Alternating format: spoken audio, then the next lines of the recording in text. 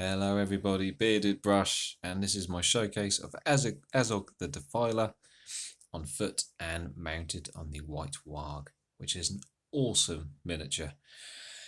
A quick thank you to my lovely wife. She invested in a pad phone holder. Awesome little device. This is a really cool little gadget. You can have it all different poses, heights, lengths, all this sort of stuff. So I'm using it for the first time. I've been trialing it. Seems to be working okay. If there are any issues, I apologise. I will check the video, having said that, before I upload it, so you shouldn't have a video of nothing but blurred stuff. Apologies for the radiator in the background. Currently going through a house move. We're not quite there yet, still got to wait a little while, but we are getting things ready, so the house isn't as it is. There's stuff everywhere. So the dining table is currently pushed against the dining room radiator. Yeah.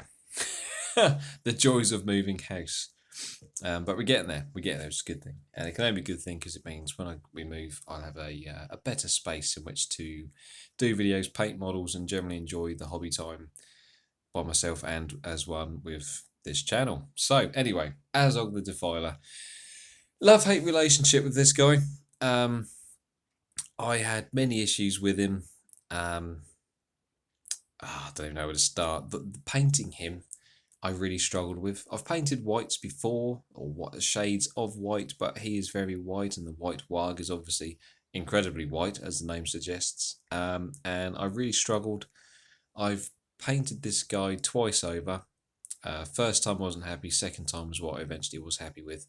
I'm still not entirely sure if I am completely happy with him, but having said that, I also am. It's one of those things where I think I'd like to see him look better than what I personally have got him to, but I don't think I can. It will take many years of practice with painting white, which again is something that's not really going to happen that very often because I don't really paint a lot of miniatures in white, and especially really white skin tones. So practice is going to be lacking. I do plan on investing more in Goblin Town eventually, so I suppose Goblin Town. So I suppose, that might be something I can look into, but then they're not white, are they? But who knows? Anyway. So yeah, with a love-hate relationship of him, I finally got him done. Many hours were spent on him. Oh God. I literally just remembered what I was going to say as well. It's about, oh blimey, 16 hours I suppose in total for both paint jobs and everything else in between. But yeah, in the end, I love him. Brilliant model. I'm pleased to have done him. It's one of those things. But look on Google Images and you see some fantastic versions of this guy. I stole an idea as well. You'll as the story continues, you'll get the hang of it. So, right, let's get him in focus here. Yes, look at that. Well done, wifey. This pad holder is awesome. Okay, so here he is. The metals were base coated with everything lead belcher. Then we had the wash of Nuln oil. Is it Nuln oil? Use that. Got a bit of autofocus going on here, I think. Sorry, guys. Apologies about that. I should have put that off. But it is focusing nicely, so we'll bear with it. So, yeah, Nuln oil wash, and then I washed it back, re-dry brushed it with, let me think, brass scorpion. Is it brass scorpion?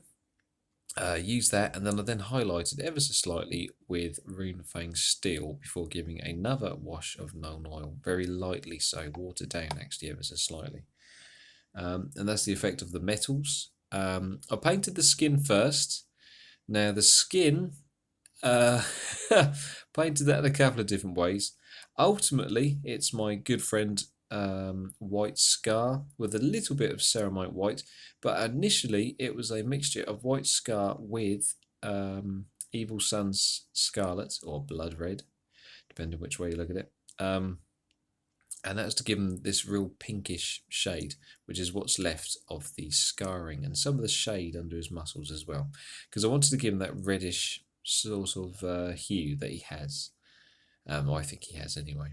And then there's a case of watered down whites, a little bit of grey even at some points mixed in, just to try and help alleviate and gradually build up the layers.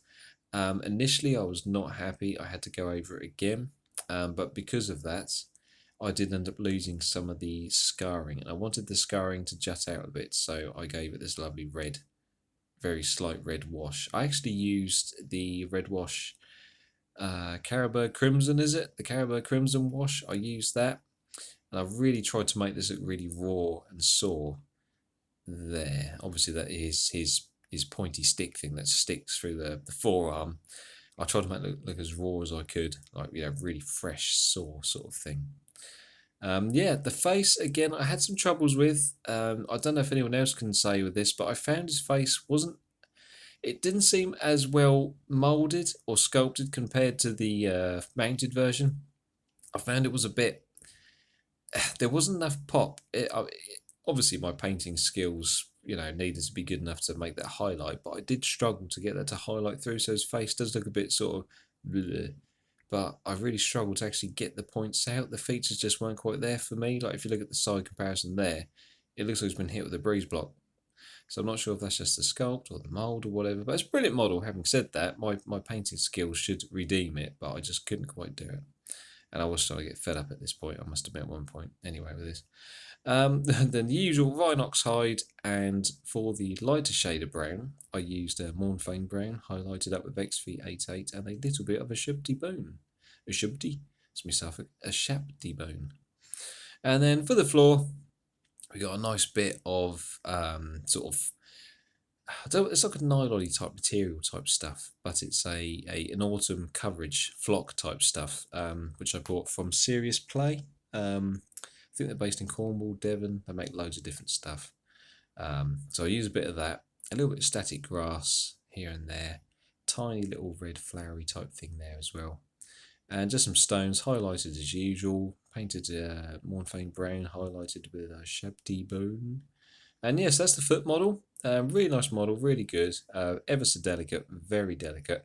I actually, when I'd first made him, I brushed over with a sacrificial cheap brush some super glue over this and over this. So although still wiggly, you can see they're still quite wiggly, they have got a little bit of strength because that super glue layer over the top sort of flexed with it, and I'm hoping that should give it a little bit more strength, a little bit more resilience, a real good knock.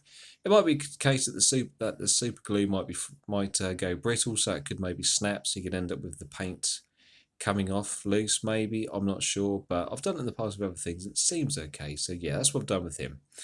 And then on to the mounted version. Now, I am exceedingly proud of this. Very proud. Recently got some lovely comments and likes on one of the Facebook pages for this guy. And I also put a post up of my Angmar, Gundabad, sorry, Orc Warrior with a banner. I got over 160 likes on that, which is great for me. I was very humbled by it. The comments were lovely, which is great. But this guy also put up with a picture. So there's a story to this guy. So if I just get it there, look. So what happened was, after I'd painted him up, blah, blah, I'll get back to that in a bit. This here, this part of the base, the little hilly bit, right? Now this is all milliput. Dried off lovely. I really left it a long time to dry. I drilled a couple of holes in these Azogs legs here, and the holes actually go up at an angle to make sure I had a lot of stability. I put some nice thin bendy wire, but strong wire, in through there, into the milliput, super glued it all up, did the flocking, all the usual stuff. And originally, obviously, this tree branch wasn't here, neither was this stone, so he's literally leaping in the air. Problem I had was, for some reason, Mr. White Wag tipped. And after a couple of weeks, his face was hitting the floor. I can't even see how the legs bent, because the whole time they kept this shape. But obviously they were bending, but I don't know how that happened. I really don't know, and it's kind of funny. But yeah, that's what this branch, this fallen tree branch, and this stone is for, is to help prop him back up again. And I actually like how that came out, because it added more to the base. It made it look like he's leaping from there over something to get to his enemy, which makes it even more like dynamic and a bit like rah. And it's like he's like leaping, so he's going boing, and he's going to launch off of that to get it. So it does have a lot of character to it. I'm ever so pleased with how it came out. But that's the story behind what happened there. Azog, his face I found on this model, far better sculpted, and hopefully you can see that with my painting skills, or lack of. I do hope so. Be kind. The Warg's face is absolutely gorgeous. I love the Warg's face. Do apologise about the autofocus. It's struggling a little bit. It might be my fault because the books have got as a background piece. I'm not sure. But the white Warg's face is absolutely gorgeous. I loved painting him. I do actually intend on fleshing out his face a little bit more. I'm pleased with the white, and I'll leave it as it is for now. But I will actually just pink up the lips, is it, and like the cheek. I'm going to try and give that a little bit more colour because in the film he does have that. And I kind of dropped the ball on that one. But the white Warg is very simple to paint. So I was thinking I said simple, so it's simple. But that was just dry brushed. Sailmite white. Started off with grey, as you can probably tell. Finished off with white scar, sorry, then ceramite white. It's fortress grey as the base colour. Just laid as usual. Same technique I used for Azog as did the foot. I actually painted both Azogs at the same time to get the consistency right on the highlights. I'm happier with how this guy turned out. He looks a bit more fleshy. He doesn't look so white as that guy. I wish this guy had turned out the same as that guy. That guy had turned out the same as this guy. But overall, I am really happy. The base really pops, and yeah, that's basically him. That's my little story. The model's great. I had no issues with mold lines or anything. Well, I did, but they're easily redeemed. There wasn't any real issues. I had this very slight issue gluing this piece into this. You see, this hook piece is actually on the Warg. It's just his arm that you have to glue onto there to make it connect up. And that's fine. That's fine. I can see why. It makes sense. It's fine. But it was a bit of an issue trying to get him to sit right and then to actually get him, get this to, whoops, there goes the, come on, focus, there you go. Get these two bits to match up to glue and stuff was a bit of a thingy, and also had to bend it quite a bit as well. Probably should have bent it beforehand, but I didn't realise. I did dry fit it, but it seemed to fit better. But I didn't realise how much I was going to have to bend this to make this sit in there. So as I was bending it to make it glue into place, I was a little bit concerned it was going to snap off. And then Azog would just be like left, like, splat. Thorin just stabbed him there, and then game over. Quickest film ever. Or book. Depending which way you like it. But yeah, so that's pretty much it. Oh, and I did some little brown muddy type effects on the four legs. The lower leg pieces of the Warg. Don't know what you want to call them. Forearms of the dog. Warg. Wolf. But yeah, so yeah, that's basically it. And that is my my Gundabad so far. Bolg is next on the agenda. But I've had a few other bits and bobs and things to do. I'm still working on my commission, for those of you that watched that.